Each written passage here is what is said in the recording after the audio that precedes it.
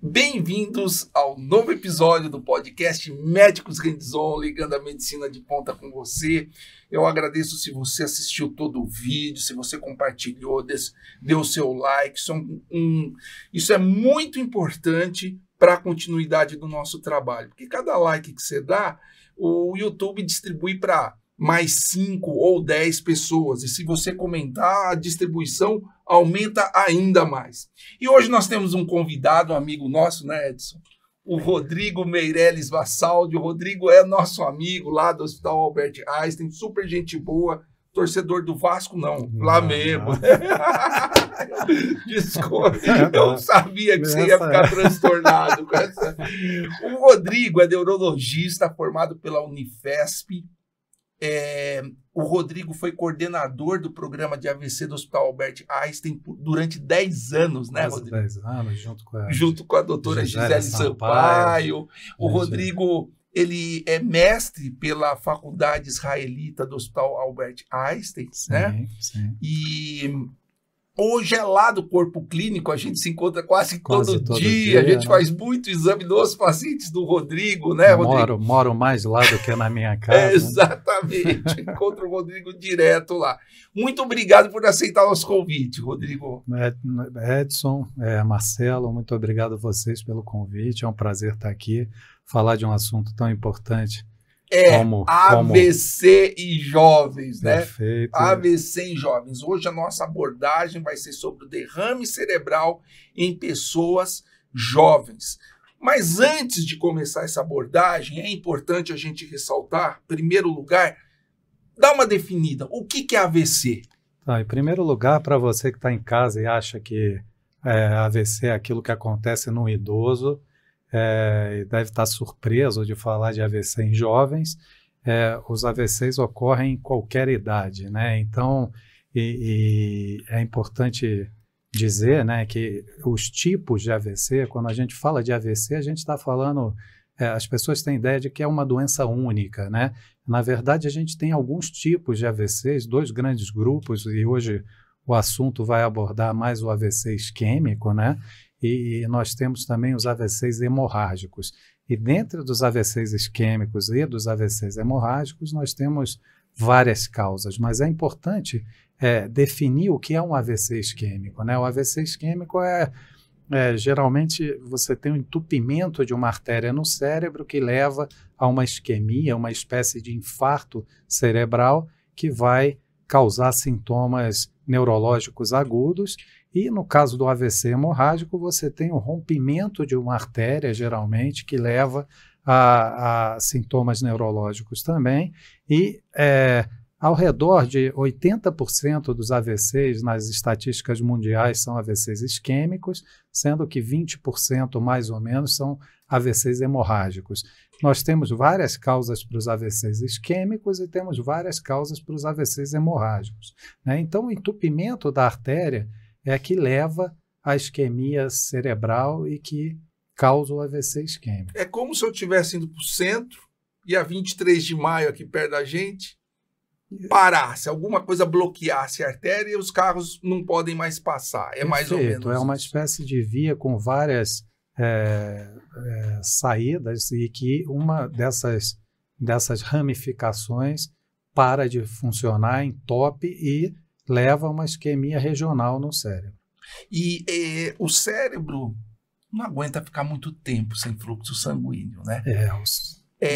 Ou seja, quando ocorre o bloqueio de uma dessas vias, normalmente o paciente ele já tem um sintoma rapidamente, né? Exato. Essa é uma característica fundamental dos AVCs, né?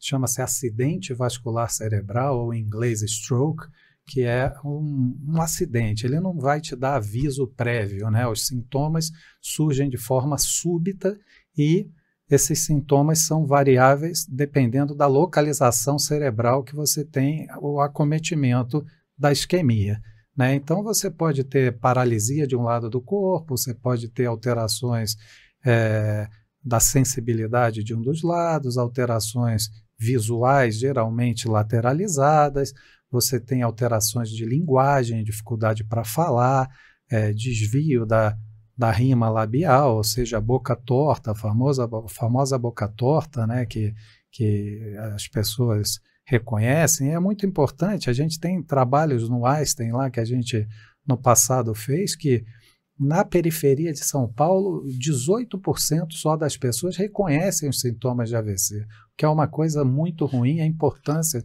desse episódio, tem que reconhecer rápido, né? O reconhecimento rápido é fundamental. Tá. Me fala uma coisa. Como eu posso... A tontura entra também como sintoma? Perfeito. A gente tem basicamente 4 artérias que levam sangue para o cérebro, 2 carótidas, que a gente chama de circulação anterior, e 2 vertebrais, que são a circulação posterior. Essas artérias da circulação posterior levam a sintomas que o público está menos acostumado de reconhecê-los como sintomas de um AVC. E a tontura é um sintoma marcante de um AVC, uma tontura que o paciente tem grande dificuldade para andar, né, associado eventualmente a náuseas e vômitos e alterações visuais. Pode, sem dúvida, ser um sinal de AVC e deve levar o paciente imediatamente ao hospital. Bom, só para resumir o que foi falado até agora, eu queria que os nossos ouvintes soubessem que, primeiro, acidente vascular cerebral, que é o AVC, nós temos praticamente 2 tipos, como o Rodrigo falou. Nós temos o acidente vascular cerebral isquêmico, que é causado por entupimento das artérias cerebrais, e o acidente vascular cerebral hemorrágico. Nós temos que saber que o acidente vascular cerebral, ele é uma das principais causas de morte e de sequela na população. Ou seja, o ser humano morre ou fica sequelado por causa de AVC. Se não for por infarto do coração, por causas cardíacas, o ser humano morre de AVC ou fica muito sequelado por AVC. Então, todos que estão ouvindo precisam prestar muito atenção sobre esse tema, valorizar esse tema e exercitar esse tema no dia a dia para saber o que fazer quando acontece com algum vizinho, algum familiar ou na gente mesmo. Bom, segunda coisa. O acidente vascular cerebral, o isquêmico que nós estamos comentando agora, ele acontece repentinamente e na maioria das vezes nós nem sabemos que irá acontecer conosco.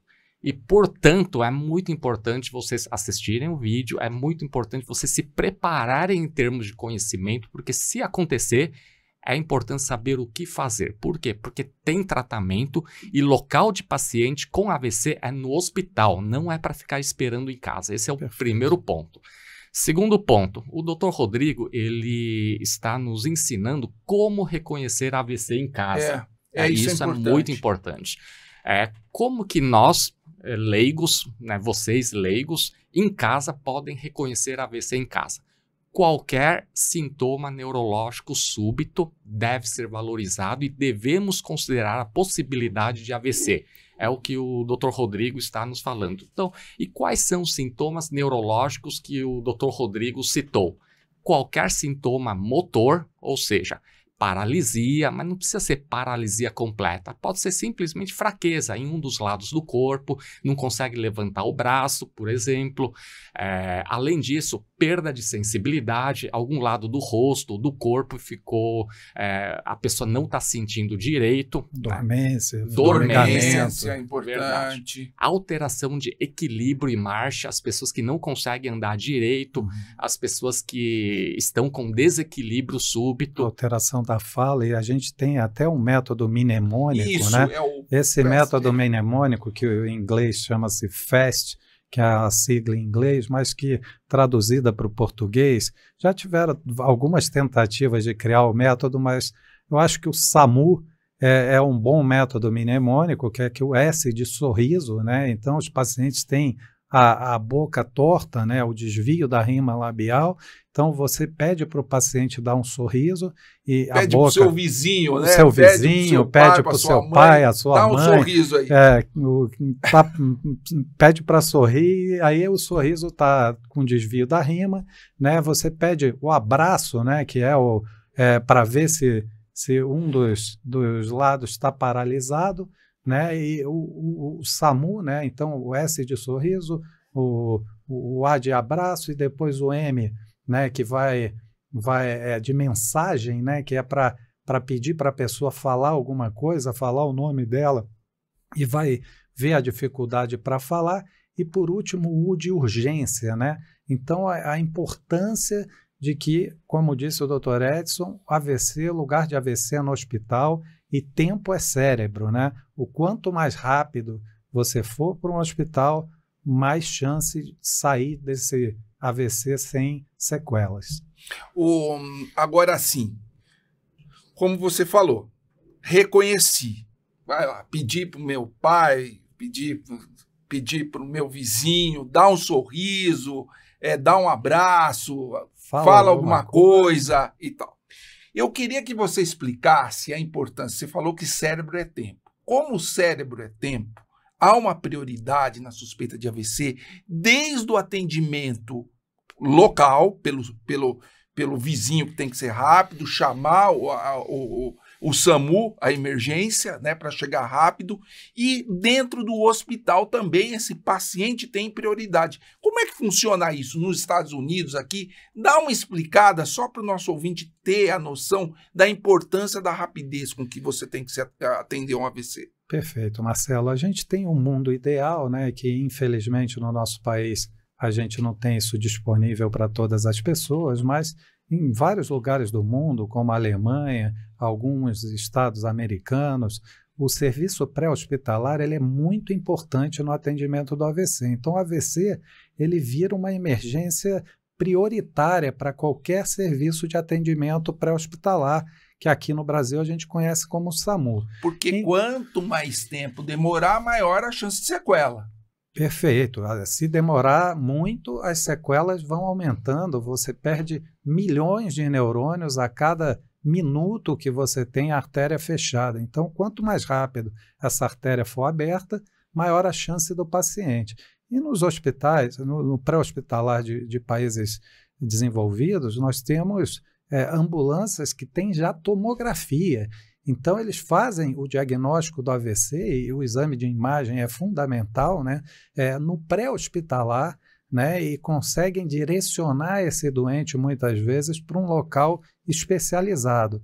Mas isso que você falou, Marcelo, de um protocolo de AVC, o programa de AVC, do qual eu tenho orgulho de ter participado aí dos 20 anos, inclusive a gente comemorou isso esse ano, os 20 anos do programa de AVC do Hospital Albert Einstein, a gente... essa coisa de um protocolo estruturado é muito importante para que quando o paciente chegue na emergência, inclusive o pré-hospitalar muitas vezes avisa previamente, a ambulância do hospital avisa, estou chegando, né?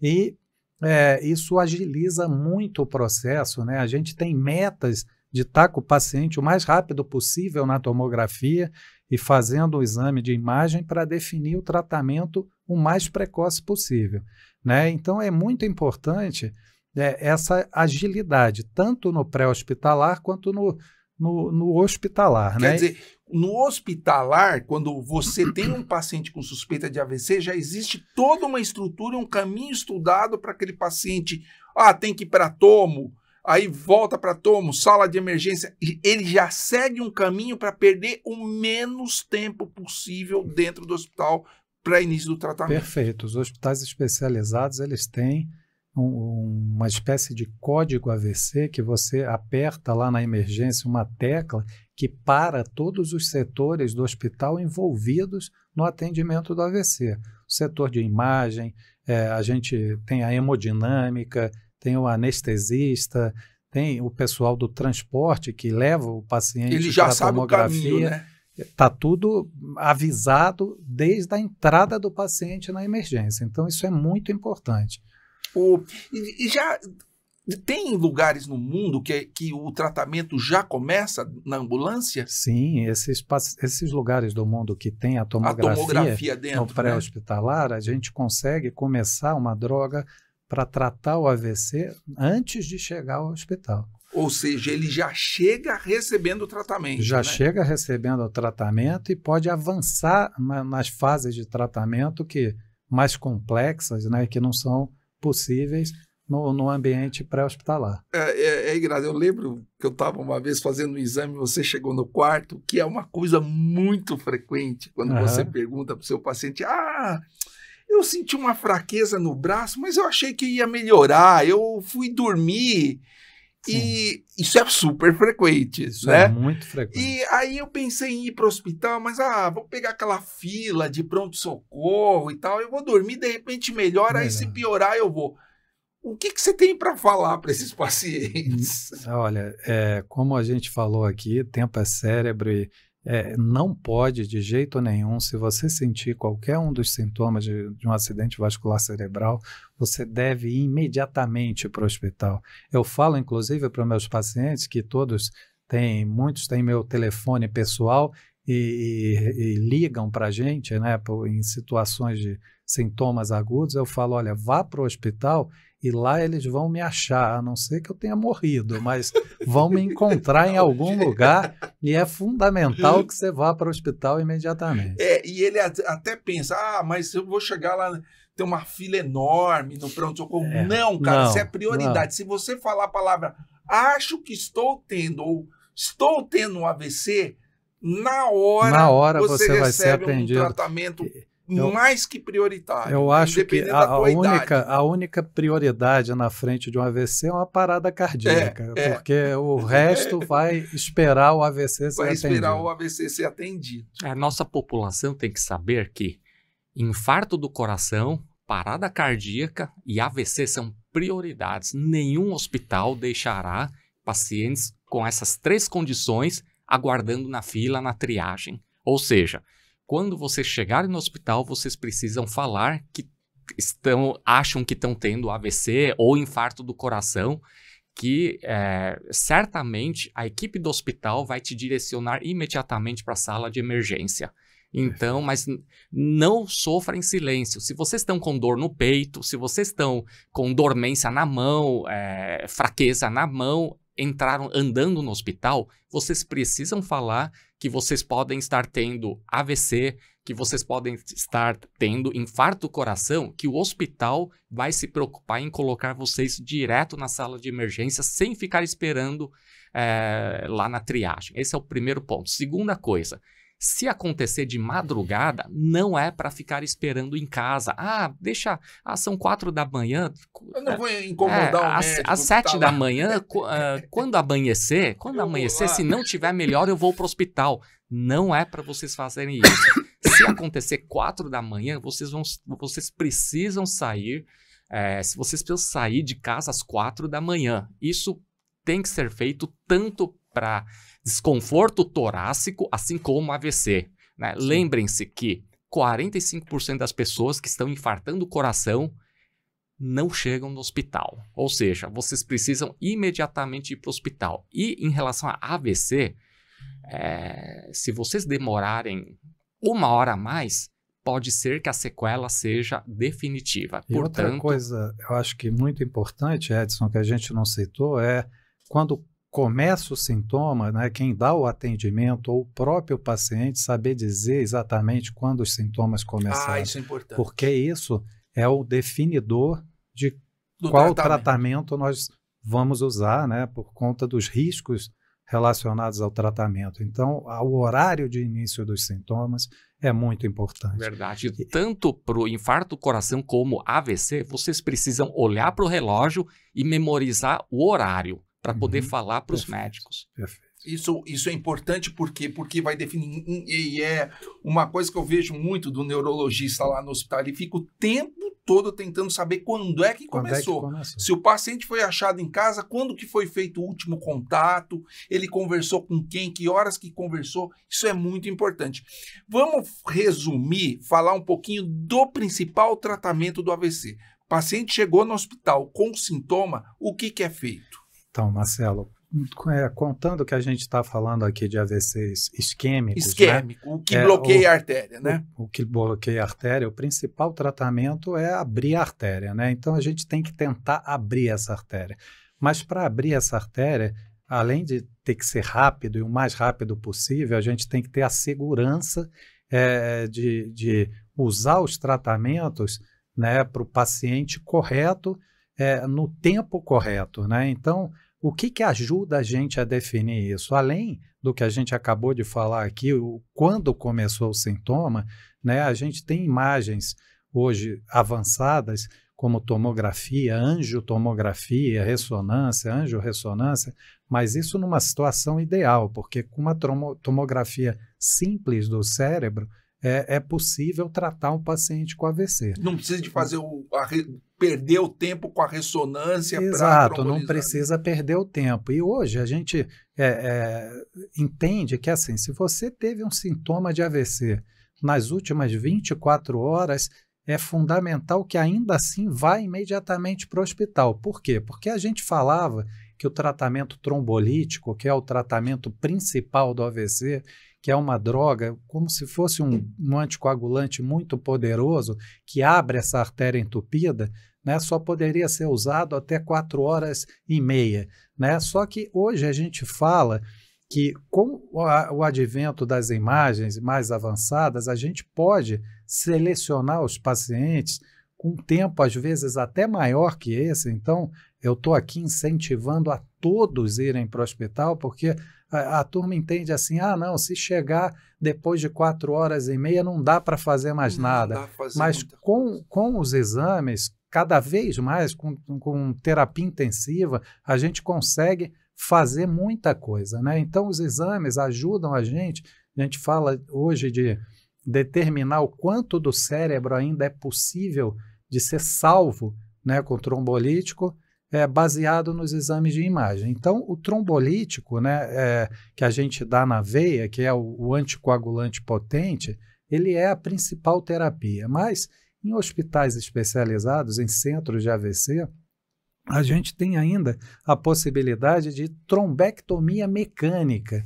E o que seria essa trombectomia mecânica? Seria uma espécie de cateterismo que vai até a artéria do cérebro e que usa dispositivos que ajudam a aspirar o coágulo e ajudam, em algumas vezes a gente coloca um stent, mas não é o stent que a gente usa no coração, que deixa ele lá, mas é um stent que a gente abre para restabelecer o fluxo naquela artéria e depois retira o stent, que a gente chama de stent retriever, né? Então, que é o nome em inglês, né, usado para isso, mas a gente então pode abrir a artéria mecanicamente ou a gente abre a artéria com um medicamento que é uma espécie de um anticoagulante potente chamado trombolítico.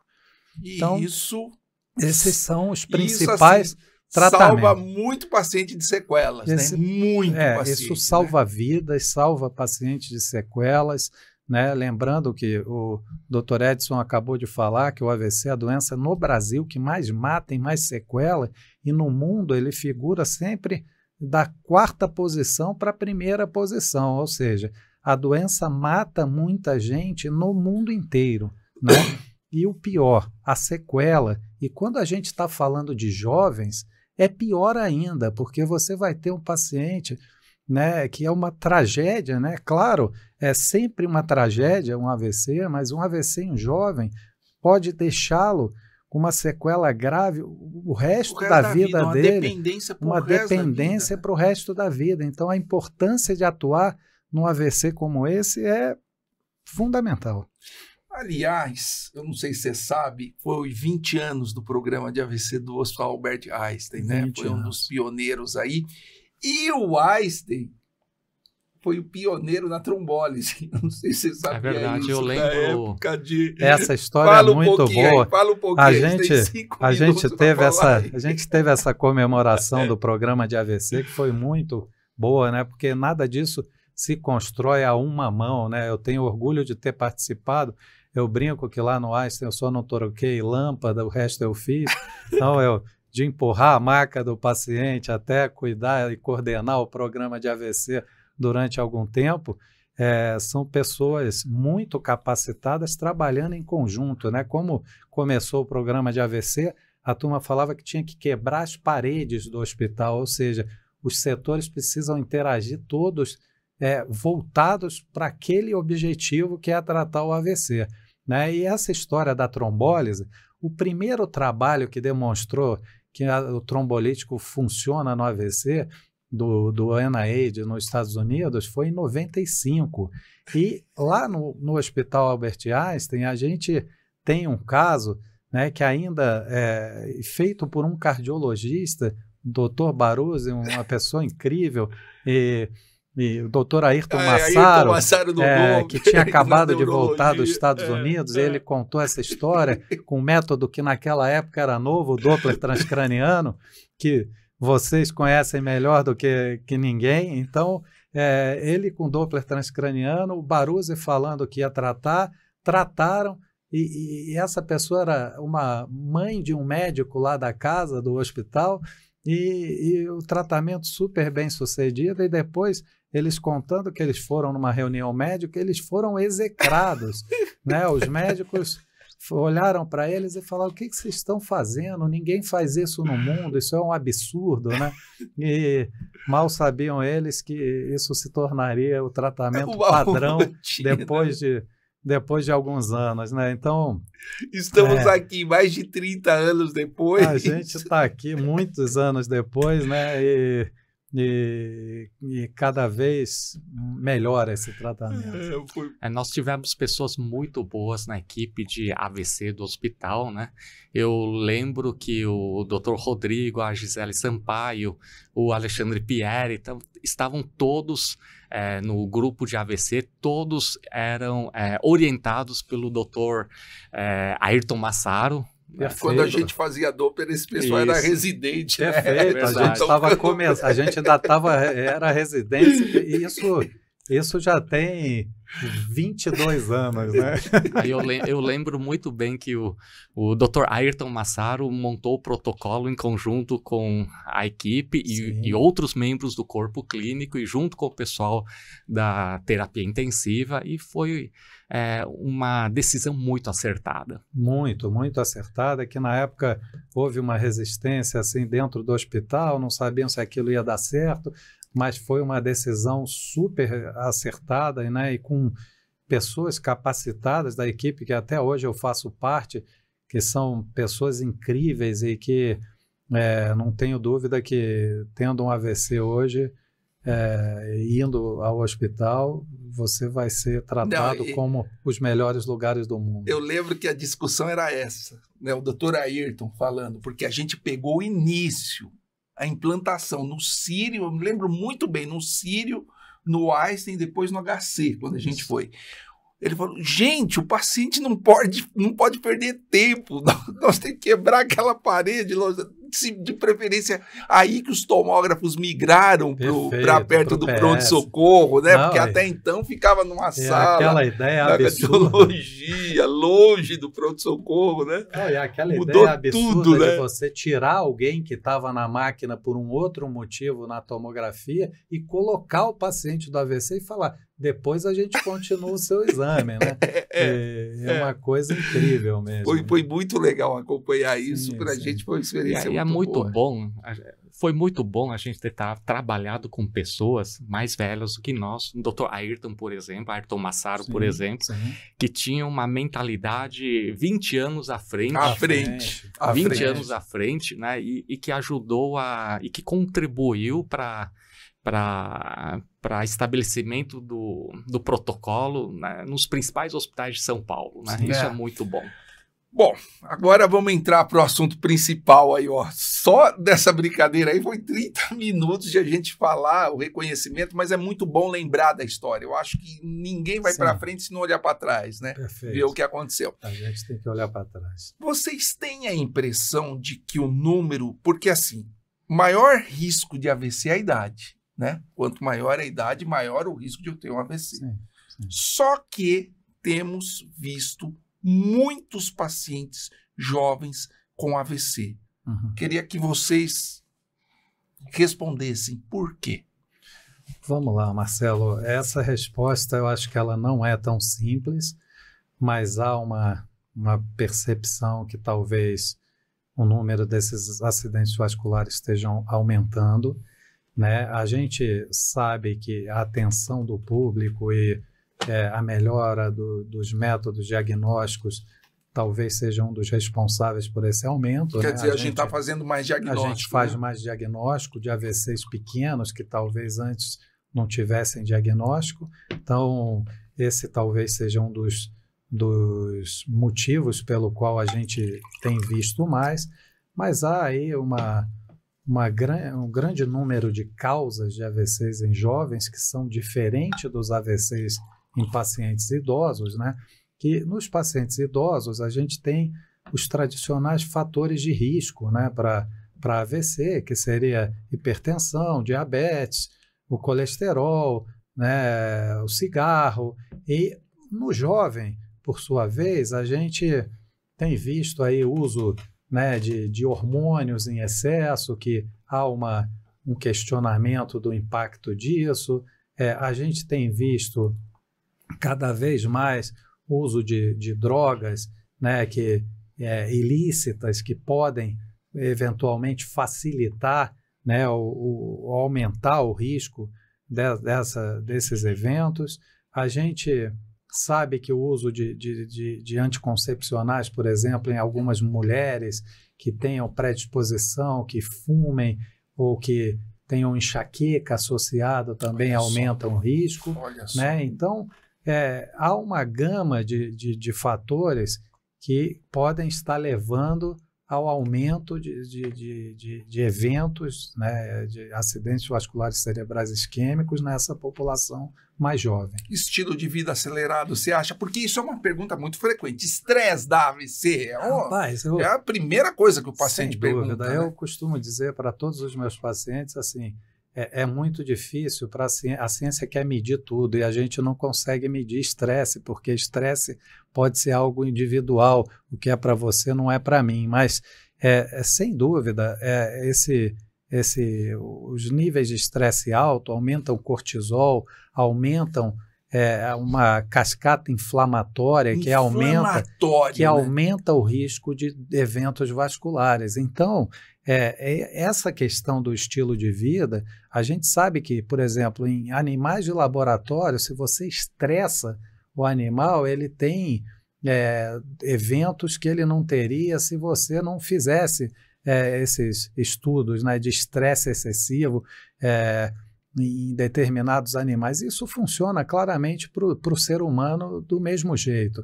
Só que a dificuldade de medir o impacto do estresse no estresse AVC é uma coisa subjetiva. É uma coisa subjetiva, mas sem dúvida nenhuma o estilo de vida impacta com certeza, porque leva à inflamação, ao cortisol, leva a hábitos alimentares ruins, hábitos de sono ruins, e tudo isso parece ter uma relação com o aumento do risco de AVC.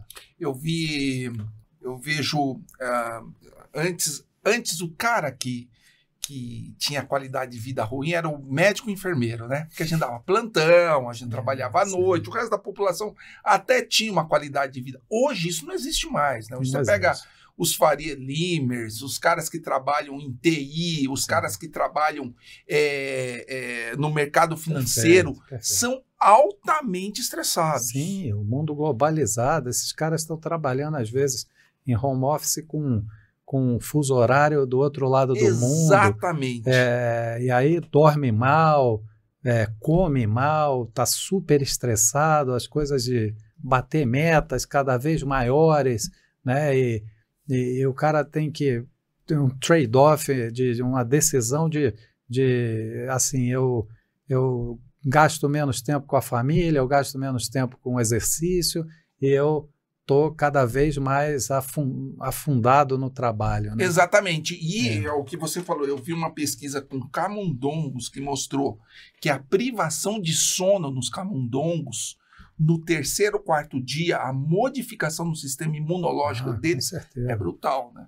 Sim, isso daí tem várias evidências, né, mostrando que muda o sistema imunológico, muda inflamação, muda risco de doença, muda tudo, né? Tá bom. Vamos começar, então, com a parte cardíaca, tá? Vamos falar. Porque o AVC ele pode vir ter vários motivos, né? Perfeito. Então, nós vamos falar os AVCs de origem cardíaca no jovem. Perfeito. Vamos começar com FOP? Fala aí, explica aí para a gente o que é FOP. Eu vou fazer uma breve introdução, mas é importante dizer, então, como a gente falou, dentro dos AVCIs e dos AVCs-Hs, a gente tem várias causas, né, Marcelo? E o primeiro passo é isso que a gente conversou aqui, leva o paciente rápido para o hospital, porque tem a fase aguda, né? A gente tratou e abriu a artéria, mas está longe de acabar aí, né? O segundo ponto dentro do hospital é qual foi a causa desse AVC isquêmico, né? E aí começa toda uma investigação do mecanismo desse AVC. A gente tem, inclusive, classificações usadas no mundo inteiro, uma delas chamada classificação de Toast, que é uma classificação que a gente tenta dizer se o AVC é cardioembólico, se o AVC é por outra causa. Então, eu vou começar pelos AVCs que vêm do coração, né? Então, uma das causas importantes do AVC em jovens é essa entidade aí chamada de forame oval patente, né? E é uma coisa interessantíssima, porque a fossa oval, né, que é assim, a gente tem 4 câmaras do coração, 2 átrios e 2 ventrículos, e tem um septo entre os 2 átrios, né, que separa o átrio direito do átrio esquerdo. E existe uma fossa oval, né, que é uma espécie de buraquinho nesse septo que na embriogênese, quando você está lá na barriga da sua mãe, aquilo tende a fechar até o nascimento. Quer dizer, fecha. Nasceu, só que fecha em 25% das pessoas. Tem de 75% das pessoas. Tem 25% das pessoas que não fecha. E isso nunca foi um problema, né? 25% está tudo bem. Em 2015, a gente começou, né, na verdade, a gente viu que talvez fechar esse buraquinho em algumas causas de AVC poderiam prevenir novos AVCs. E esses casos, né, do forame oval patente, principalmente em jovens, né, isso foi durante muito tempo. Tem uma publicação da Neurology chamada AVC da classe econômica, fazendo uma menção aos AVCs que ocorriam depois de voos longos né? de avião na classe econômica. Aquela pessoa que tradicionalmente tinha um voo de avião, dormia o voo inteiro, pé para baixo, trombose na perna. Aí sai um coágulo da perna que tradicionalmente ele vai para o lado direito do coração e para o pulmão. E dá o tal do tromboembolismo pulmonar. E dá embolia pulmonar. Só que quando o paciente tem o forame oval patente, que é esse buraquinho que a gente está falando aqui, ele pode passar para o lado esquerdo do coração, e do lado esquerdo do coração, o primeiro lugar para onde ele vai é o cérebro. E isso leva aos AVCs, que a gente chama de embolias paradoxais, né? E a gente sabe que nem todos os pacientes que têm um AVC relacionado ao FOP precisam ter a trombose na perna. Então, não é só no voo, né? A gente começou a ver que alguns forames ovais, algumas comunicações entre os 2 átrios, elas tinham características que facilitavam talvez a formação de coágulos ali naquele forame oval e que levariam a AVCs também. E o mais crítico dessa história é que um ecocardiograma normal nem sempre consegue ver o forame oval patente, né? Então, muitas vezes você precisa partir para um Doppler transcraniano para encontrar essa comunicação com teste lá de microbolhas que vocês conhecem bem.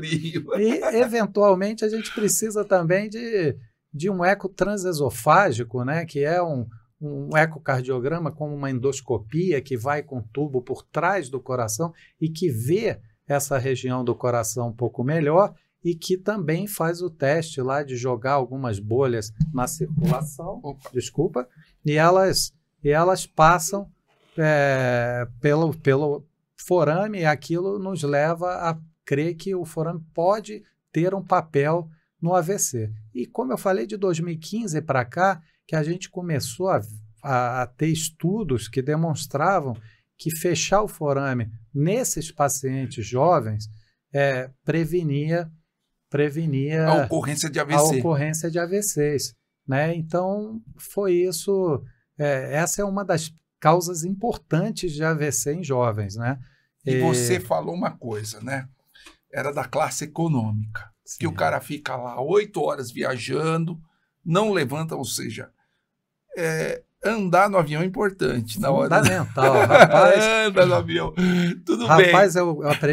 eu fui, quando eu descobri que minha esposa estava grávida do meu primeiro filho, a gente já tinha comprado a viagem para a Europa e foi para a Europa.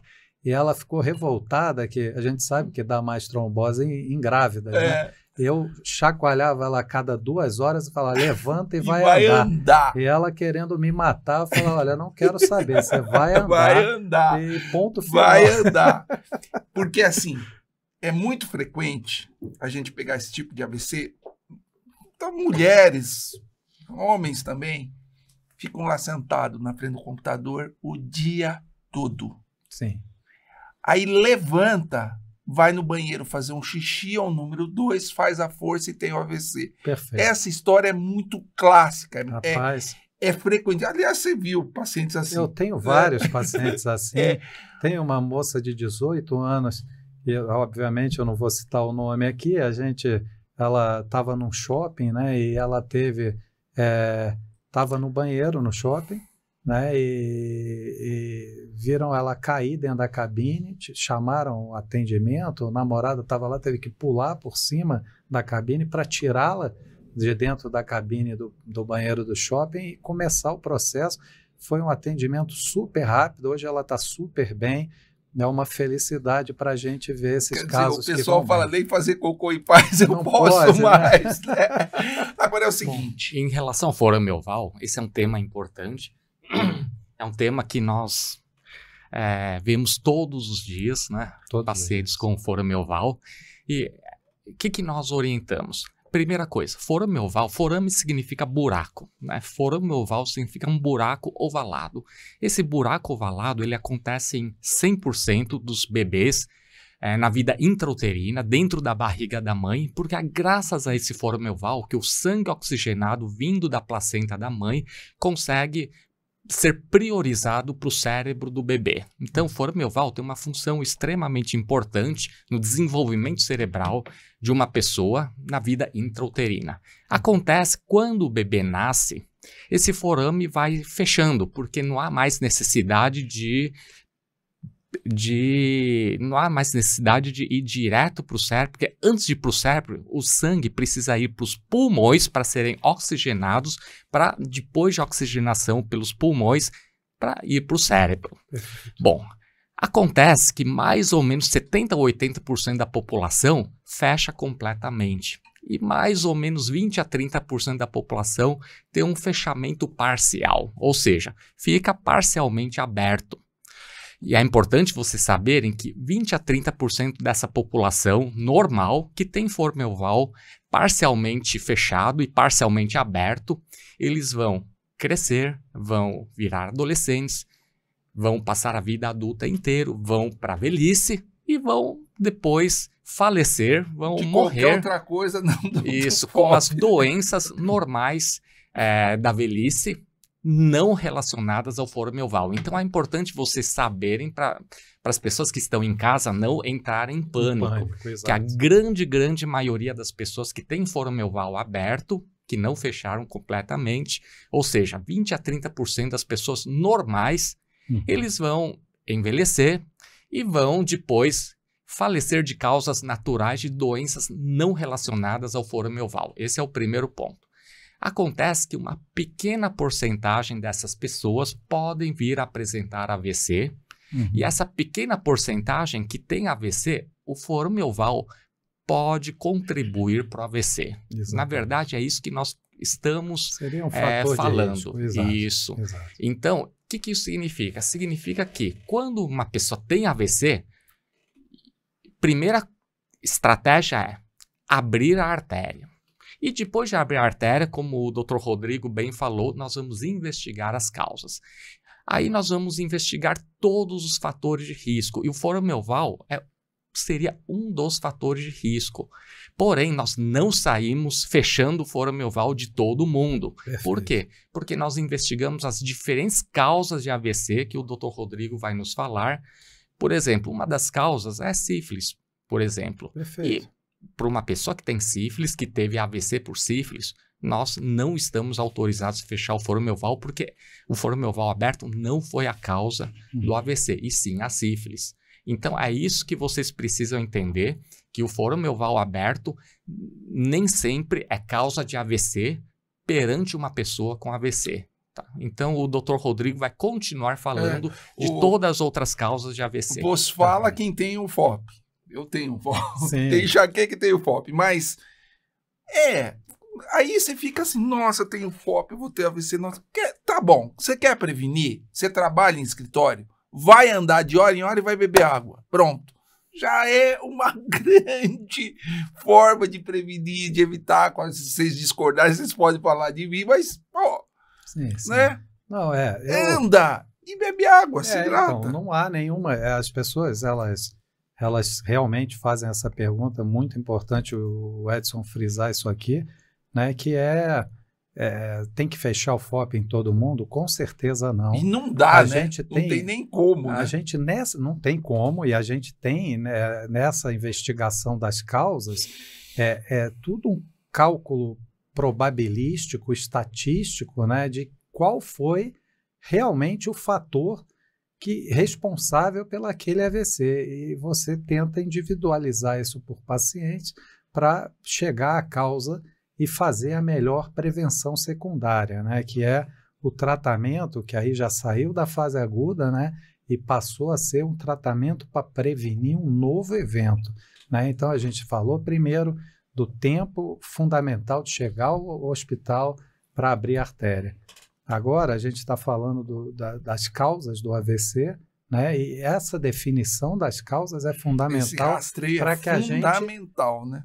faça a prevenção de um novo evento. Eu costumo brincar com os pacientes, eu falei, tenha paciência, fica aí no hospital o tempo que precisar, rastreia para você não virar minha freguesa. Ponto final. Eu não gosto de ficar vendo, isso aqui não é lugar para ficar vindo toda hora. A gente brinca e fala, aqui no hospital a gente não fala volte sempre. Seja bem-vinda, volte sempre, não é assim, aqui não funciona desse jeito. Então o rastreio é muito importante. E a prevenção é muito importante, nós vamos falar mais tarde, mas acho que a Sumica falou aqui a respeito do mobilismo. O mobilismo é muito importante e hoje a gente acha que mobilismo é ficar sentado o dia todo, ir na academia, mover e acabou. Não, andar o dia todo é importante, inclusive para prevenção de trombos nos membros inferiores e beber água, né? Sim, então bota lá no alarme do seu reloginho, você que trabalha sentado muito tempo, opa, é hora de levantar e beber uma água, porque a gente esquece, né? Esquece. A gente esquece. E além o Dr. Rodrigo está falando então das causas cardíacas, ele falou do foro milval, e agora ele vai continuar falando das causas cardíacas. Vamos falar das causas cardíacas aí. A gente tem um tipo de arritmia que eu diria que é a estatística mundial é de que talvez 25% dos AVCs isquêmicos sejam cardioembólicos, né? E a cardioembolia, que é um coágulo que sai do coração e vai para o cérebro, né? A gente falou do forame oval como que a gente chama de embolia paradoxal, né? Mas as arritmias cardíacas e a fibrilação atrial talvez seja uma das principais arritmias que o risco da arritmia em si, do ponto de vista cardiológico, não é nem tão grande, mas geralmente o risco dessa arritmia levar a um AVC é muito alto, né? Então, investigar o coração de um paciente que chega, né, ficar na UTI monitorizado em busca de arritmias, como a fibrilação atrial, é muito importante. Buscar fazer o Holter, né, que é o exame como se fosse um eletro 24 horas para tentar detectar essas arritmias que podem ter um papel na causa do AVC. E é muito importante, né, aqui falando dos jovens, né, a gente tem várias drogas e coisas que poderiam propiciar essas arritmias. Existe uma situação chamada de Holiday Heart, que seria aí o o coração de final de semana. O AVC do fim de semana. Do fim de semana, né? Que é a ingesta excessiva de álcool, né? Que eles chamam de binge drink, de você tomar uma quantidade absurda de álcool num período curto de tempo e isso provocar arritmias como a fibrilação atrial. Uso de outras drogas, e agora está na moda também, né, dentre os jovens aí, essa turma que usa energético e não para de tomar. E aí, energético com álcool. E isso quando não tem outras drogas como cocaína, entre outras drogas, anfetaminas, né? Que você falou aqui dos Faria Limers, né? A turma saiu até aí na capa da Veja porque estava usando Venvance, a droga da inteligência. Aí você imagina, esse cara tá lá estressado no trabalho, tá parado, Venvance, não tá andando, não faz exercício, aí ele sai final de semana, bebe e toma energético.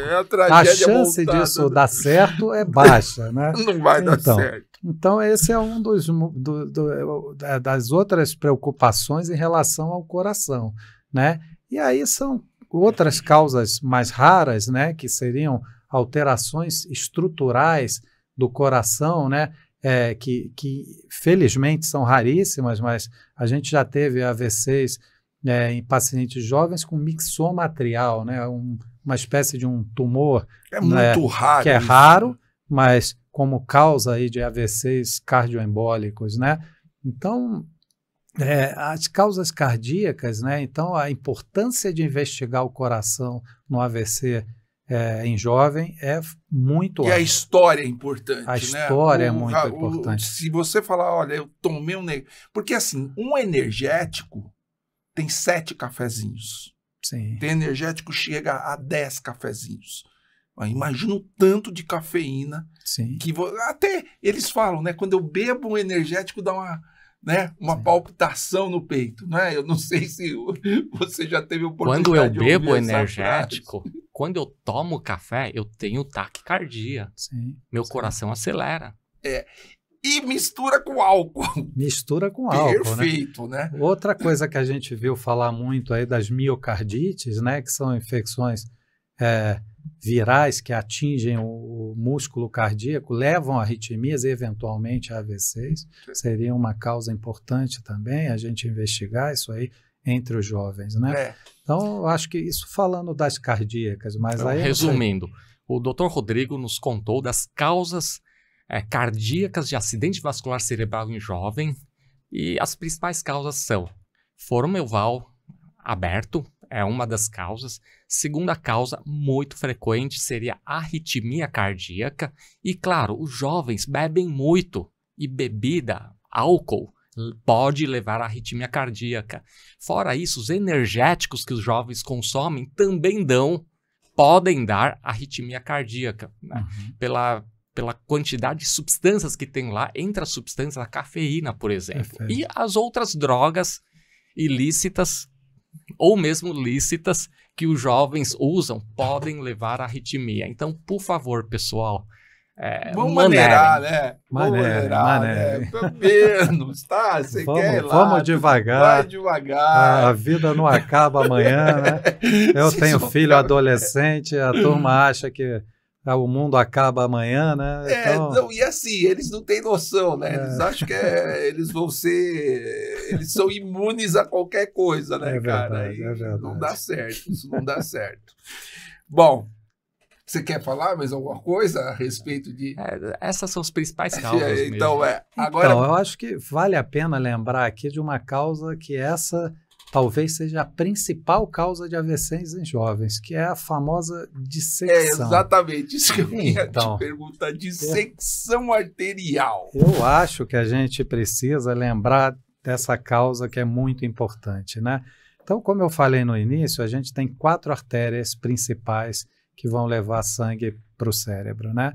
Então, a gente tem as 2 carótidas, uma de cada lado, as 2 vertebrais, que se chamam vertebrais porque elas sobem aqui atrás, por dentro da vértebra, né? Então, essas artérias elas vão entrar no cérebro, vão se juntar em uma só chamada basilar que vai irrigar todo o tronco cerebral. O tronco cerebral eu diria que a fonte chave, da vida, a fonte a chave da vida. de tudo que entra e sai do cérebro. Né? Todo o controle de funções vitais está no tronco cerebral, né? Então, essas artérias vertebrais, elas sobem por dentro da vértebra, e as dissecções, né? A gente precisa lembrar que uma artéria, ela passa o sangue dentro dela como um tubo, como um cano de PVC, e essa artéria, o sangue circula dentro de uma região que a gente chama da luz do vaso, a luz da artéria, né? E essa luz a parte do cano onde a água passa, né? Onde o sangue passa e vai para o cérebro. Né? Exatamente. E toda artéria do nosso corpo tem na sua parede 3 camadas, que se a gente cortar essa artéria, né, num sentido axial, cortar a artéria e olhá-la no microscópio, a parede dessa artéria vai ter 3 camadas. O que é a dissecção? A dissecção é separar em parte essas camadas da parede da artéria, né? Então o sangue rompe a camada mais interna do vaso e começa a fazer um falso trajeto pela parede da artéria, né? Isso vai comprimindo isso que a gente chama da luz do vaso, onde passa água no cano, onde passa o sangue para o cérebro. E isso vai levar à formação de coágulos nesse ponto da dissecção e vai levar também a soltar coágulos que podem migrar para a circulação cerebral dentro lá no cérebro, né? Então, é muito importante lembrar que a dissecção, a gente chama de dissecções espontâneas, né? E que há aí uma tentativa de identificar fatores genéticos, entre outros fatores ambientais que podem desencadear a lesão da parede dessa artéria, que, como eu expliquei aqui, chama-se dissecção. E essa lesão da parede da artéria, para a turma que gosta de montanha-russa, né, que vai lá para Disney, eu vou falar que eu já vi dissecção de todos os tipos que você imagina. Eu já vi dissecção na montanha-russa na Disney, eu já vi dissecção na cadeira do cabeleireiro, esse é um ponto para as mulheres muito importante. Ficar lá muito a tempo turma com o que pescoço, fica lá com né? o pescoço pendurado para trás, forçando a coluna e, consequentemente, a parede dessas artérias que passam pela vértebra no pescoço. A gente tem dissecções. Eu já tive dissecção pegando jacaré na praia, já tive dissecção de pacientes jogando golfe, de quiroprata. Essa é outra coisa clássico, né? que é muito clássica, que tem que se tomar muito cuidado. A gente tem vídeos hoje no YouTube de quiroprata fazendo tração, rodando o pescoço, né? Tranco no pescoço, puxando a cabeça. Vídeos assustadores. Não façam, né? Assustadores. Cara, não façam isso. Eu até Não mas eu não façam posso ir no quiroprata, faz daqui para baixo. Pronto. Exato. O pescoço deixa para lá. Deixa o pescoço quieto. Deixa, né? a gente não é coruja, Exato, né? exato. Aqueles alongamentos exagerados do Rapaz, pescoço. isso é uma loucura. Cara, isso não, é uma porque a loucura. artéria ela faz isso e volta. Nessa estirada e Rompe, voltar, rompe e aí já E é. aí a parede vai dissecando e causa o AVC. E a principal causa de AVCs em jovens, né? Eu também vejo muito quando você vai para academia e exagera. Opa, né? muito. É muito Essa frequente. turma, CrossFit. Essa turma de CrossFit, essa turma que gosta de carregar pneu de caminhão na rua. Cara, isso não faz bem para a saúde. Eu acho que isso não pode fazer bem mesmo. Não, é muito frequente, principalmente em academias. Eu lembro de um caso que eu vi de uma paciente que estava na montanha-russa. E tinha uma montanha-russa, acho que em Tampa, que era de madeira. Não sei, isso é da nossa época, que desativaram essa montanha-russa já faz um tempo. E o pescoço, além de ela chacoalhar muito por ser de madeira, o pescoço ia solto. Porque tem muita montanha-russa que... Tem apoio para a cabeça. Ele tem um apoio para a cabeça e o paciente, né? Eu lembro que eu saí com enxaqueca de lá. Rapaz. Mas eu vi uma moça que parou a montanha-russa ela teve AVC. Uhum. Então, ou seja, a proteção do pescoço, uma outra dica, quando você vai viajar na econômica lá, Rapaz. além da trombose que você Não pode ter, deixar a cabeça, viajar assim, a cabeça pescoço pendurada. torto, Exato. pescoço torto. Por quê? Perfeito, Você vai esticar a artéria, É que nós já vimos todos esses casos. Todos. Resumindo, dissecção, bom, as artérias levam sangue para o cérebro. O Dr. Rodrigo falou que nós temos as carótidas e as vertebrais, que são artérias, são canos que levam sangue para o cérebro. E dissecção nada mais é do que uma situação em que há sangramento na parede da artéria. Quando existe um sangramento na parede da artéria, o sangue ele vai se acumulando na parede da artéria e vai separando as camadas da parede da artéria, né? E ao separar as camadas da parede da artéria, pode produzir estreitamento, e o estreitamento da artéria pode diminuir o fluxo sanguíneo cerebral e provocar um AVC por entupimento de artéria. E fora isso, aquele sangue na parede da artéria muda a fisiologia do endotélio e começa a produzir substâncias que coagulam sangue dentro do vaso. Aí começa a formar coágulo na parede do vaso, o sangue vai passando, vai lavando esses coágulos para o cérebro, produzindo acidente vascular cerebral por mecanismo embólico. Ou seja, nós temos tanto o mecanismo vascular por entupimento da artéria, assim como o mecanismo embólico. Bom, são diversas as causas, que o Rodrigo citou várias, e eu acrescento mais algumas causas que eu vi. Uma paciente que eu atendi estava plantando bananeira, e ela planta a bananeira com a cabeça apoiada, né, e o peso, ou seja, forçando muito o pescoço. E ela estava plantando bananeira, mostrando para as filhas, brincando com as filhas. Aí ela falou que, de repente, surgiu uma dor muito forte no pescoço durante a bananeira, e essa dor não mais melhorou, né? Quando foi para o hospital, era dissecção. Um outro caso que eu lembro bem foi para a montanha-russa, lá em Tampa, numa das montanhas-russas mais violentas do planeta Terra. Aí estava ele, a esposa do lado e as duas filhas atrás. E depois da primeira volta, todos estavam apavorados, né? Gritando, apavorado. Ele ficou preocupado com as filhas que estavam atrás. Ele foi virar a cabeça e o carrinho estava subindo. Ele virou a cabeça para olhar para as filhas, como é que as filhas estavam. Só que diz ele que de repente o carrinho desceu, puxou todo o corpo para baixo de uma maneira muito violenta e a cabeça virada ficou no ar. Ou seja, naquele momento ele mesmo descreve que fez um estalo muito forte no pescoço, doeu muito o pescoço, ele não mais conseguiu brincar.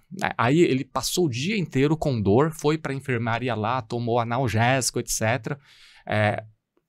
As filhas que foram para os brinquedos, ele não mais conseguiu, e acho que no dia seguinte, coisa assim, já era o avião para voltar para o Brasil, passou o voo inteiro sofrendo, e ele falou para a esposa, olha, quando chegar em São Paulo, né, vocês ficam com a mala, etc, vou pegar um táxi, vou direto para o hospital, né? Quando chegou no hospital era dissecção. Então, e é interessante que esses pacientes, eles procuram um ortopedista. Às vezes eles vão ao quiroprata, que agrava a situação, né? E, então, assim, é uma dor persistente, unilateral, depois de uma Rodrigo, situação como essa. Dissecção, como é que é a dor? Então, essas dores, elas, em geral, dói, né? A dor é uma coisa muito comum na dissecção, né? E nas vertebrais você tem geralmente uma dor de um dos lados só, e é uma dor que às vezes tem um caráter pulsátil, e é importante dizer que se você diagnostica a dissecção antes do AVC, é o melhor dos mundos, que você introduz o tratamento antes que aquela dissecção leve à formação de um coágulo e que cause o AVC. Então, a gente lá no Einstein, por exemplo, com as angiotomografias, a gente flagra frequentemente dissecções que não causaram AVC ainda. Então, é o mais frequente. Né? Inclusive, cada vez mais frequente, porque o uso dos métodos não invasivos aumentou e a gente faz diagnóstico precoce. E é o melhor dos mundos, né? Você faz o diagnóstico da dissecção antes do AVC. Ou seja, aquela dor forte, persistente, pode ser até na cabeça, né? Sim, às vezes pescoço, né? Pega do pescoço e vem para a cabeça, e a carótida às vezes é mais anterior, mas é muito comum dissecar a vertebral, né? Porque ela está ali em contato íntimo com a vértebra, mas a gente tem dissecções da carótida também com muita dor, uma dor anterior que eventualmente vai para a cabeça, às vezes dá sintomas visuais, né? Porque a artéria oftálmica é ramo da carótida. Ou então, até occipital, né? Até occipital por conta das vertebrais, exatamente. Um negócio que parece a aura de enxaqueca. A aura de enxaqueca, perfeito. Parece com enxaqueca. Então, se um sintoma desse, depois de uma tração do pescoço muito forte, não passa, procurem o hospital. Ou, às vezes, ele nem se lembra da tração, né? Uma boa parte dos pacientes é aquela dor que não passa, não passa, não passa. Perfeito. E eu estava lembrando uma coisa, a gente é do tempo do onça, né?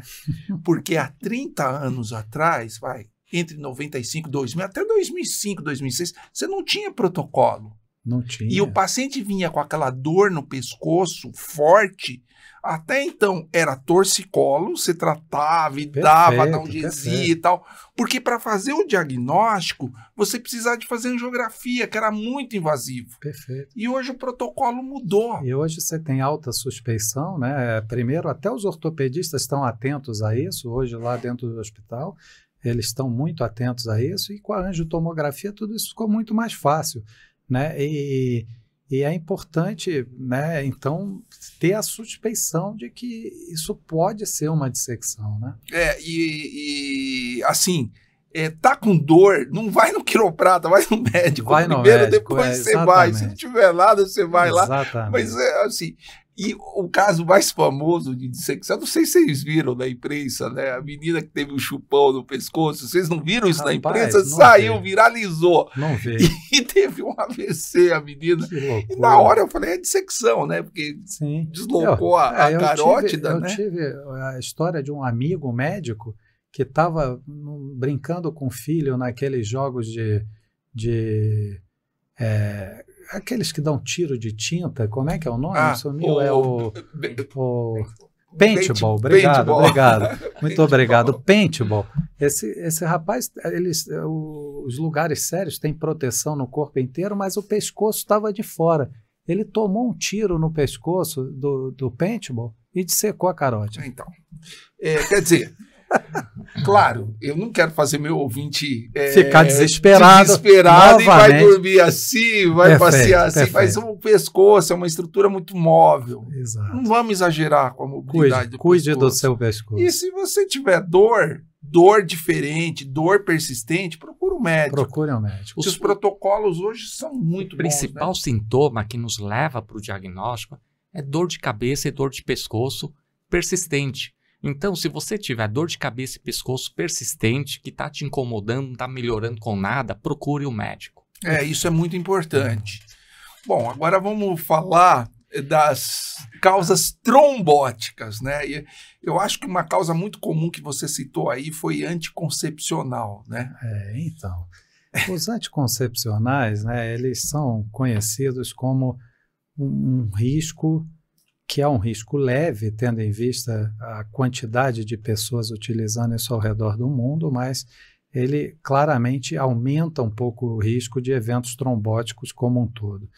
E não é diferente para os AVCs. E muitas vezes isso ocorre em mulheres que têm outros fatores de risco associados, né? E aí é importante lembrar das trombofilias, né? As trombofilias seriam distúrbios hematológicos, né, do sangue que propiciam coagulação aumentada e que podem levar a tromboses de veias, como a gente falou aqui numa viagem na perna, até tromboses eventualmente que causem AVCs, né? Então, essas trombofilias, você usando o anticoncepcional, eu lembro sempre que mulheres fumantes com enxaqueca com aura e que usam anticoncepcional precisam, em primeiro lugar, ter um rastreio, né? Eu acho que isso não está definido na literatura claramente, mas é bastante prudente, né? Mulheres que fumam e têm enxaqueca com aura, né? Em primeiro lugar, parem de fumar. Isso é né? fundamental. Esse é o maior conselho que a gente pode dar, né? E, em segundo lugar, conversar com o seu ginecologista, né, de talvez fazer um rastreio de trombofilias, que são exames simples de sangue, né, que não são exames de rotina, mas que podem ser solicitados pelo ginecologista ou mesmo por um colega neurologista ou alguém que tenha um hematologista que tenha experiência com doenças do sangue, né? Agora, você falou, a associação entre anticoncepcional e enxaqueca aumenta a probabilidade de você ter eventos trombóticos. E principalmente nas enxaquecas com aura. Né? É importante lembrar que a aura na enxaqueca são fenômenos que geralmente precedem a dor de cabeça e que podem dar alterações visuais, às vezes alterações sensitivas de dormência do lado do corpo que passa, né, que é a famosa aura, né, e fenômenos de linguagem, às vezes dificuldade de falar, né, de ler, né, e que são fenômenos que precedem a dor de cabeça na enxaqueca. Esses pacientes seriam os pacientes com maior risco. Risco. Se fumarem e ainda usarem anticoncepcional, são pacientes com maior risco. Isso, ou seja, nós precisamos evitar sobreposição de fatores de risco. Então, o que o Dr. Rodrigo falou, excelente. Imagine aquela pessoa estressada que não está dormindo direito por causa do trabalho, fumando cigarro um atrás do outro, não tem hábito de beber água, então já fica meio desidratada, né? Ou seja, a desidratação aumenta a viscosidade sanguínea, né?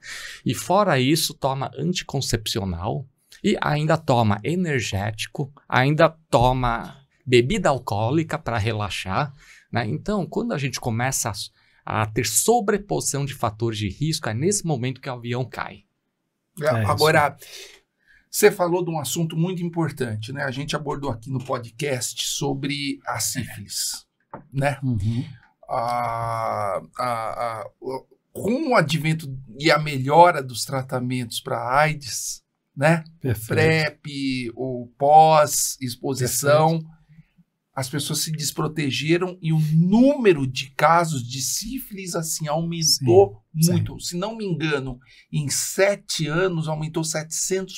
Exato. A sífilis é causa de AVC? Perfeito. A sífilis tem uma forma chamada sífilis meningovascular, né, que é uma grande causa de AVCs em jovens, né? E a melhor forma de prevenir é voltar a ter proteção em relações sexuais, né? Que a turma, como você mesmo disse, quando perdeu o medo da AIDS, né, do HIV, voltou a ter relações que levaram ao aumento grande da sífilis, né? E muitas vezes as fases primárias podem passar desapercebidas pelo paciente e isso vira a ser uma sífilis terciária, eventualmente neurológica, que uma das formas que a gente tem são as sífilis meningovasculares. Tanto que o rastreio você faz um paciente jovem. Um paciente jovem, ele sempre vai ter aí uma sorologia para sífilis, fazer também, que é um né? exame simples de sangue, que a gente rastreia isso.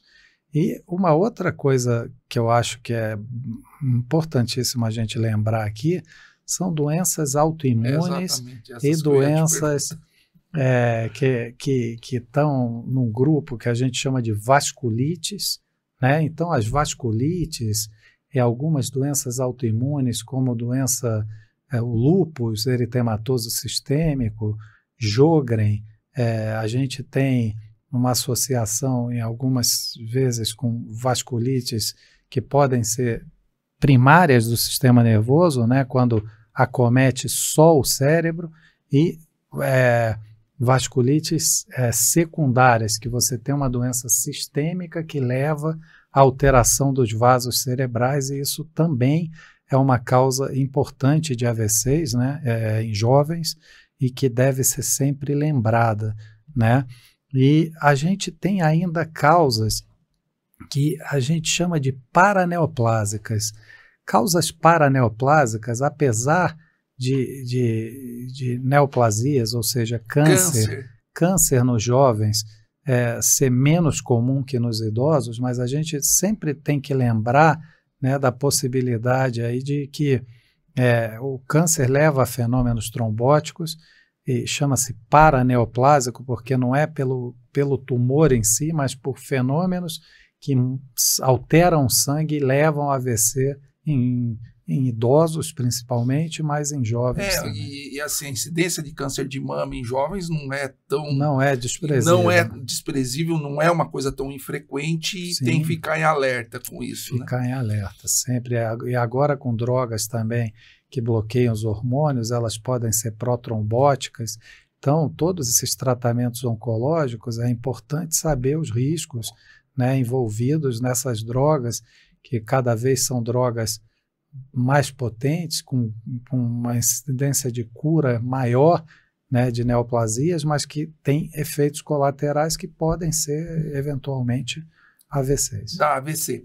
Agora, eu queria falar de uma entidade que raramente dá AVC, mas a gente vê com muita frequência lá no hospital, que é a tal da vasoconstrição cerebral reversível. Opa, que a gente vê muito. Rapaz. E os sintomas são diversos, né? São. Fala um pouquinho aí pra gente de vasoconstrição cerebral reversível. A vasoconstricção cerebral, a síndrome da vasoconstricção cerebral reversível, quando a gente fala de síndrome, a gente está falando de uma associação de sinais e sintomas, né?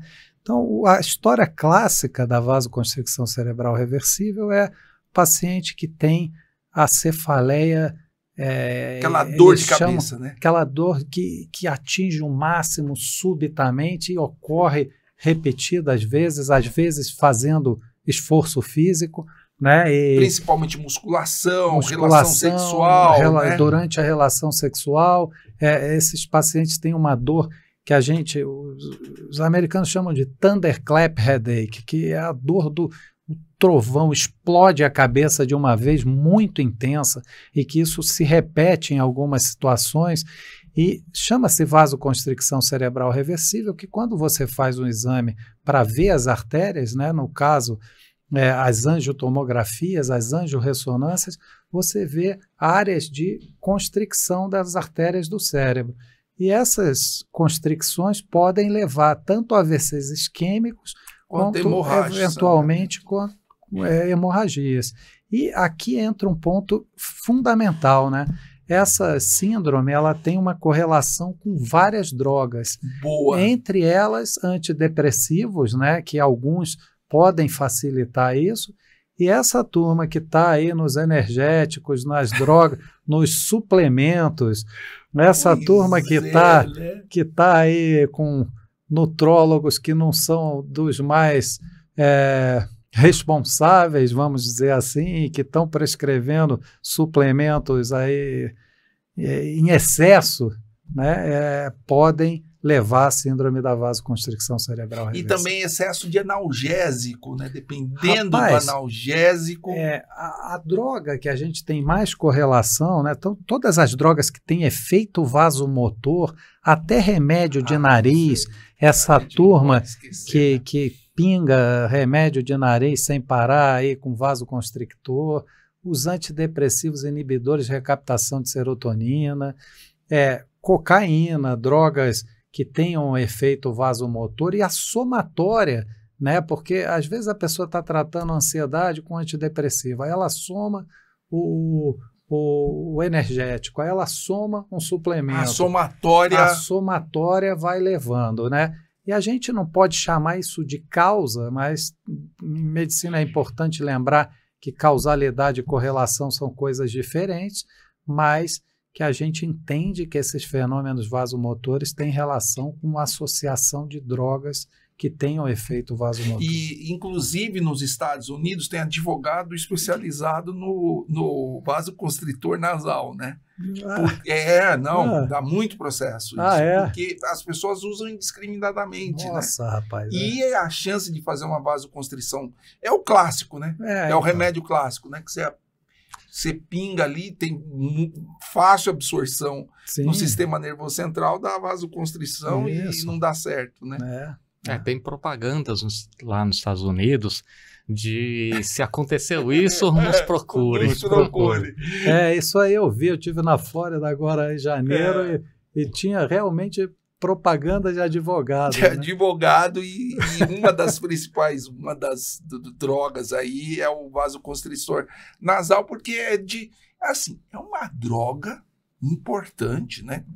É vasomotora e que, assim, de fácil acesso, né? Totalmente. É uma lista de medicamentos que podem estar associados à síndrome de vasoconstrição, né? Como o Dr. Rodrigo falou, antidepressivos, né? Faz parte da lista. E fora isso, os vasoconstritores, né? Incluindo os vasoconstritores que nós usamos para enxaqueca, por exemplo. Opa, os né? E de repente juntos com... Isso. Rapaz, minha esposa tem enxaqueca e eventualmente ela usa uma droga para dor e ela foi usar o triptano e teve uma cefaleia tipo thunderclap, depois de 5 minutos passou. Eu falei, meu Deus, teve uma vasoconstricção. mas a coisa passou rápido, ela ficou bem, acabou que tudo bem, mas Então pode acontecer a vasoconstrição, inclusive na síndrome de excesso de medicamento para tratar dor de cabeça. Aquelas pessoas que têm dor de cabeça na farmácia, né? Isso, vão para a farmácia. Ou com o vizinho, né? Eles começam a tomar medicamentos em excesso, sem muito acompanhamento médico, né? E dependendo desse excesso de vasoconstritores, mais antidepressivo, mais etc. Os diferentes fatores, aí aquela dor de cabeça da cefaleia primária que a pessoa tem pode virar uma cefaleia secundária à síndrome de vasoconstrição. Perfeito. E o principal sintoma é aquela dor que você falou, né? Explode a cabeça. Bom, vamos falar um pouquinho de prevenção de AVC para jovens. A gente dividiu em blocos o AVC, né? Então vamos começar o coração, o FOP. Como o Edson falou, tem um FOP, tenho que fechar esse FOP? Não. Obrigatoriamente. Eu tenho um FOP. Não, a gente sabe que, a gente tende a mexer num FOP quando o paciente apresenta um evento, mas, assim, a gente fechar o FOP, por exemplo, tem uma situação que a gente recomenda para mergulhadores. Olha só. Os mergulhadores talvez queiram continuar mergulhando com cilindro, eventualmente fechar o forame oval sem ter tido um AVC, talvez faça sentido. Agora... Por quê, hein? Então, as altas pressões, né, no mergulho podem gerar a inversão do fluxo. A alteração do fluxo dessa... E algumas vezes com síndromes descompressivas que eventualmente podem gerar embolias para a circulação cerebral. E outro motivo, além disso, é que se a pessoa está lá embaixo e tiver um AVC, ficar hemiplégico, por exemplo, aí não tem como subir. Não tem como subir, exatamente. Não tem como subir. Exatamente. Apesar de que, para quem gosta de mergulho, há uma regra que você nunca deve mergulhar sozinho, sempre em dupla, mas ainda assim é uma situação extremamente perigosa, né? E é uma situação muito complicada, né? Mas fechar o FOP sem um evento é uma coisa... E não simples, não é um procedimento inócuo, sem... Não, exato. Hoje se faz isso por catéter, com uma prótese chamada Amplatzer, mas... Não tem nem que abrir o peito. Não tem que abrir o peito, faz isso por cateterismo, mas cada vez, assim, a gente tem recomendado isso naqueles pacientes que a gente chama de HOPE score, né? a gente tem um cálculo de correlacionar o FOP ao evento isquêmico, e esses pacientes são aqueles que merecem ter o fechamento do FOP. Agora, se isso tem uma correlação baixa, deixa o FOP quietinho, deixa lá, não faz nada com FOP. ele. Então vamos dizer, você tem uma paciente jovem que é uma enxaquecosa, está lá no seu consultório, você sabe que ela tem FOP e ela vai fazer uma viagem grande. Vai pegar um avião. O que você recomenda para ela? Olha, eu recomendo primeiro andar, hidratação vigorosa. Isso é fundamental. Levantar durante o voo, usar meias elásticas de muito média importante. compressão, né? E alguns colegas recomendam usar, hoje com os anticoagulantes orais, esses novos anticoagulantes, a turma recomenda 2 dias antes, até 2 dias antes de voltar, para ter uma segurança maior, né?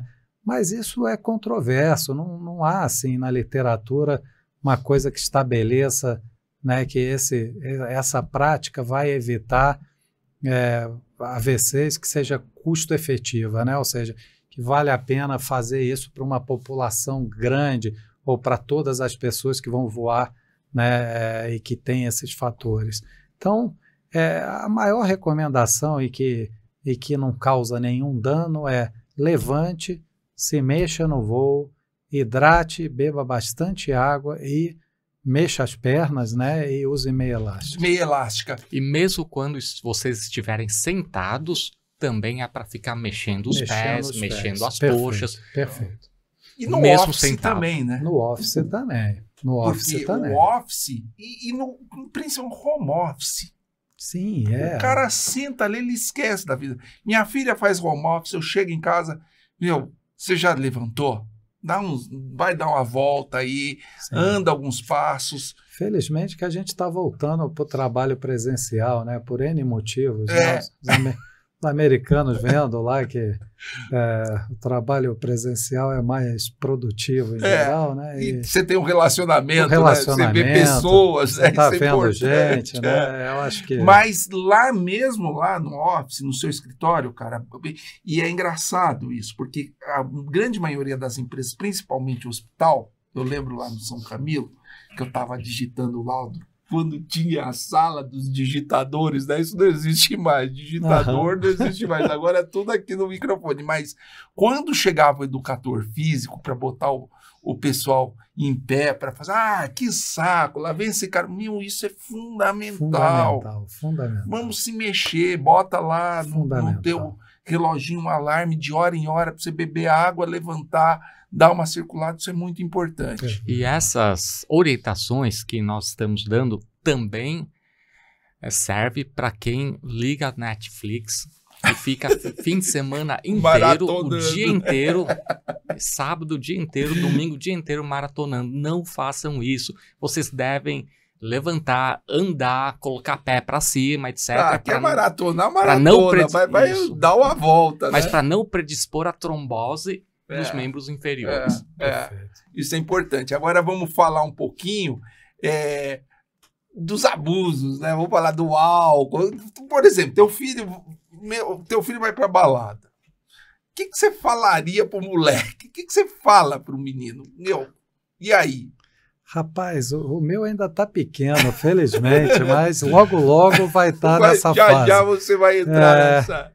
Olha, a recomendação de ingesta moderada de álcool, né, é a principal recomendação, né? Os exageros são sempre ruins, né, Marcelo? E essa coisa de beber em quantidade muito alta, em pouco espaço de tempo, me parece uma má ideia também. E, assim, cigarro, né? Cessação de tabagismo, né?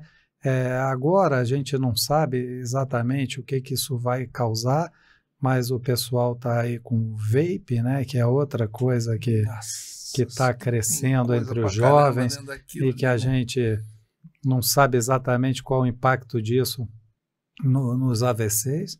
A orientação de uma dieta saudável, né? A dieta do Mediterrâneo, que basicamente são gorduras boas, azeite, né? Comer gordura de um salmão, evitar carboidrato processado em excesso, que seriam doces, açúcares, bolachas, essas coisas, né? E salgadinhos, né? leis, Doritos, verduras, legumes, frutas, né? E buscar aí coisas não processadas e evitar embutidos. Se mexer, né? Exercício físico é fundamental. E no caso da prevenção medicamentosa, né? A gente tem que estabelecer quem são os pacientes que vão tomar remédios que afinam o sangue, como os antiagregantes plaquetários, né? Discutir a respeito do uso de estatinas, de anticoagulantes orais que vão ser usados por tempo prolongado, né? Então, tudo isso entra na prevenção secundária, né? Não abusar, evitar, obviamente, drogas ilícitas. Energético é muito... Não é pecado tomar energético, mas, cara, você toma 2, 3 latas num dia, você está tomando mais de 20 doses de café. Exato. E a propaganda do energético é muito forte, né? Forte. Tão forte quanto bebida, né? Tem lá uma equipe de Fórmula 1 que é um energético. Sim. Eu não fico enchendo muito saco. Eu vejo minha filha tomando, eu falo, cara, toma, mas calma. Cuidado, né? Cuidado. Calma. Perfeito. Até perguntei para ela, quando você toma, você tem uma palpitação? Ah, dá uma palpitação, dá até um... Mas é perigoso, né? Muito. E aí você mistura com a vodka, né? Que é a moda. Sim. Aí não verdade. dá, né? É verdade. Vamos falar um pouquinho de proteção do pescoço nas dissecções? Perfeito. A gente falou, mas vamos dar uma reforçada. Então, tem uma recomendação das sociedades de neurologia ao redor do mundo para evitar quiropraxia no pescoço, né? Não deixar tracionar. Tranco, né? Tranco. Porque o tranco, a artéria faz isso aqui, né? Isso, não deixar fazer tranco, evitar hiperextensão prolongada do pescoço nos voos, né? Ter aquele apoio. O apoio lateral na viagem é importante, né? Importante, ajuda a proteger o pescoço e evitar exercícios que forcem, né, o pescoço de uma forma desmedida, aí, que não, eu acho que é o principal. O que eu tenho visto muito, que eu acho interessante, é o seguinte: nós estamos na época de mídia social e comparação. Aí o comum aqui, né? O comum, os pobres mortais querem ser iguais aos atletas. Aí o cara vai lá e começa a fazer supra-reposição hormonal para ficar fortão e tal, e começa a fazer exercício em excesso. Sim. Eu já vi casos de uma moça, eu vi fazendo um spinning exagerado. Não é que ela dissecou a artéria vertebral, a vertebral explodiu. Fez sangue para tudo quanto é lado, né? Dentro da cabeça. Então, a gente não precisa de ser atleta para ser saudável. Sim. Né? Exato. Assim, a gente sabe que o sedentarismo é muito ruim, mas o exercício em excesso também inflama, né? Então, eu acho que essa coisa de exercício de alta performance... Chegar no limite, chegar no limite do corpo é uma coisa que talvez seja boa para um atleta, mas... para uma pessoa normal como nós, é realmente algo que tem que se tomar cuidado. E outra coisa, é difícil você achar um atleta saudável, né? Normalmente eles são todos têm lesões importantes. Os atletas etc. de alta performance, muitas vezes têm problemas aí sérios, né? De contusões e assim, a outra coisa é que a gente, né, Marcelo, foi treinado na faculdade de medicina para cuidar de doença, né? E hoje há essa história, né, dessa medicina do wellness, dessa medicina do bem-estar, né? E isso, por um lado, assim, tem coisas que eu costumo dizer que o conselho dos nossos avós de comer bem, dormir direito, modular estresse, talvez sejam realmente o que promove o bem-estar, né? Porque hoje se vende e confunde-se com essa medicina estética, né? Que produz beleza, músculo, né? Que produz 0% de gordura corporal, que produz alguém assim com uma aparência saudável, eventualmente bonita, né? E que não necessariamente se correlaciona com saúde, né? Então é muito importante tomar cuidado com isso, né? Porque a gente sempre fala em medicina de follow-up, né? E tudo isso é muito novo e a gente não sabe ainda as consequências de toda essa carga de hormônios, essa carga de suplementos, que não tem um estudo como a medicina que cuida de doença, que são estudos controlados, randomizados, que comparam resultados, né? Então, cuidado ao exagerar ao aderir esse tipo de tratamento nutricional, ao aderir esse tipo de tratamento alternativo, né? Os nossos colegas que vendem isso não vão gostar muito do nosso podcast aqui falando sobre isso, mas assim, é importante separar a ciência de coisas que a ciência precisa testar, é o método científico, você comparar situações e ver o desfecho lá na frente, né? E isso requer tempo, né? Requer que você tenha tempo para analisar esses resultados. É importante para a promoção da saúde, é importante nós tentarmos buscar o equilíbrio.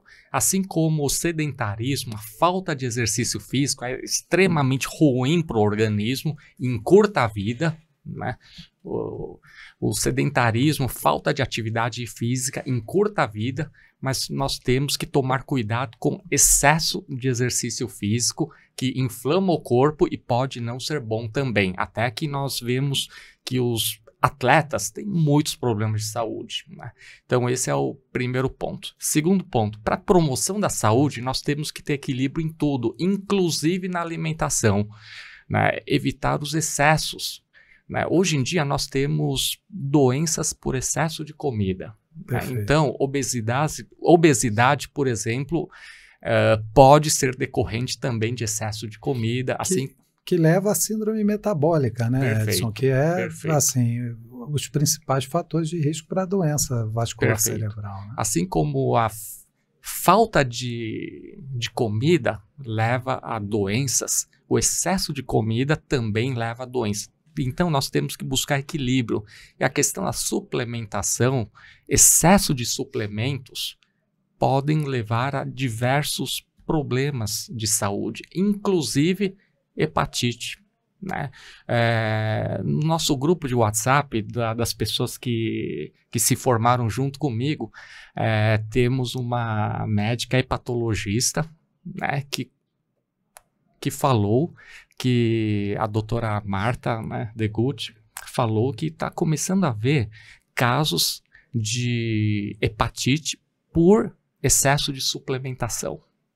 Então, assim como excesso de chás naturais, chás herbais, né, excesso de chás, né, aqueles chás desconhecidos da Amazônia, por exemplo, uma das causas de hepatite fulminante. Então, quando nós fizemos o nosso projeto de pesquisa de autorregulação cerebral e circulação cerebral e hepatite fulminante, uma porcentagem daqueles casos era por hepatite fulminante por chás. Suplementação com chá, né? Então, nós temos que tentar buscar o equilíbrio, evitar suplementação em excesso. Imagina aquele jovem de 30 anos de idade com intestino saudável, tubo digestivo saudável, conseguindo digerir e absorver toda a dieta, né? Imagine, para que tanto suplemento, né, nesse jovem? É diferente de um idoso que já tem o tubo digestivo envelhecido, que tem dificuldade de digerir alguma substância, aí nós suplementamos, aí tudo bem, existe uma justificativa médica para isso, mas simplesmente suplementar por suplementar, pensem 2 vezes antes de fazer isso. Você vê que os halterofilistas, a morte é precoce, né? Normalmente é a morte súbita, né? Sim. E eu vi alguns pacientes também lá fazendo exame com dissecção arterial por excesso de exercício, mulheres que chegam na menopausa querem fazer suprarreposição hormonal de testosterona para ficar forte e para ter um corpo atlético. Cara, não vai dar certo, né? A chance de dar errado é muito grande, né? E aí algumas tiveram dissecção arterial pelo excesso de exercício. Vamos se equilibrar, né? Para viver bem, viver mais tempo, né? Então, nós três aqui estamos pedindo para a população tentar buscar o equilíbrio. Eu acho que o caminho está no equilíbrio. Bom, a gente falou quase 2 horas aqui já. Passou rápido. Eu queria que você olhasse para aquela câmera ali e em 5 minutinhos dá uma amarrada em AVC em jovem. O que você tem para falar? Como evitar, como se prevenir? Dá uma amarrada aí no que a gente falou, no assunto que a gente falou. Então, a primeira coisa que a gente tem que lembrar aqui do nosso podcast é tempo é cérebro. Em caso de sintomas neurológicos súbitos, vá para o hospital. E isso é o principal para que você saia de um evento, de um AVC bem, né, recuperado. Esse talvez seja o fator de maior impacto. Segundo, você precisa ter um bom médico neurologista que vai buscar a causa do AVC que te levou ao AVC e poder instituir uma prevenção adequada para que você não tenha outro evento. Terceiro, mantenha hábitos saudáveis e o equilíbrio que o Dr. Edson falou tanto aqui, que evite excesso de suplementos, faça exercícios moderados, sem exagero e regularmente, tenha uma dieta saudável, uma dieta do Mediterrâneo, uma dieta que talvez não necessite de tantos suplementos assim. E é importante a prevenção, né? O que a gente entende mais, né, como prevenção de AVC é evitar a síndrome metabólica, que muitas vezes que é a presença de hipertensão, diabetes, colesterol, esteatose hepática, e muitas dessas coisas estão ligadas diretamente à obesidade, ao excesso de comida, e é fundamental, né, que nós consigamos manter o peso aí ao longo do tempo, né, para evitar as consequências das doenças que mais matam as pessoas no Ocidente, que são doenças cardiovasculares e cerebrovasculares, associada a câncer e que tem relação com essa inflamação, geralmente ligadas à síndrome metabólica. Bom, Rodrigo, muito obrigado. Acho que agora o que você falou aqui no final tem tudo a ver com modo de viver, né? Estilo de vida, né? Moderado, para a gente viver bem e viver bastante tempo, sem sequelas motoras associadas ao AVC. Rodrigo, brigadão por ter vindo aqui, aceitado o nosso convite. Eu agradeço muito o convite, vocês são demais. Aqui temos 2 autoridades médicas, que o Doppler transcraniano do país e de São Paulo passa por esses 2 aqui. Muito obrigado. Você que gostou do nosso vídeo, dê o seu like, compartilhe, divulgue para os amigos. Muito obrigado pela sua audiência, de ter assistido o vídeo todo. Médicos Hands-On, ligando a medicina de ponta com você. Até o próximo episódio.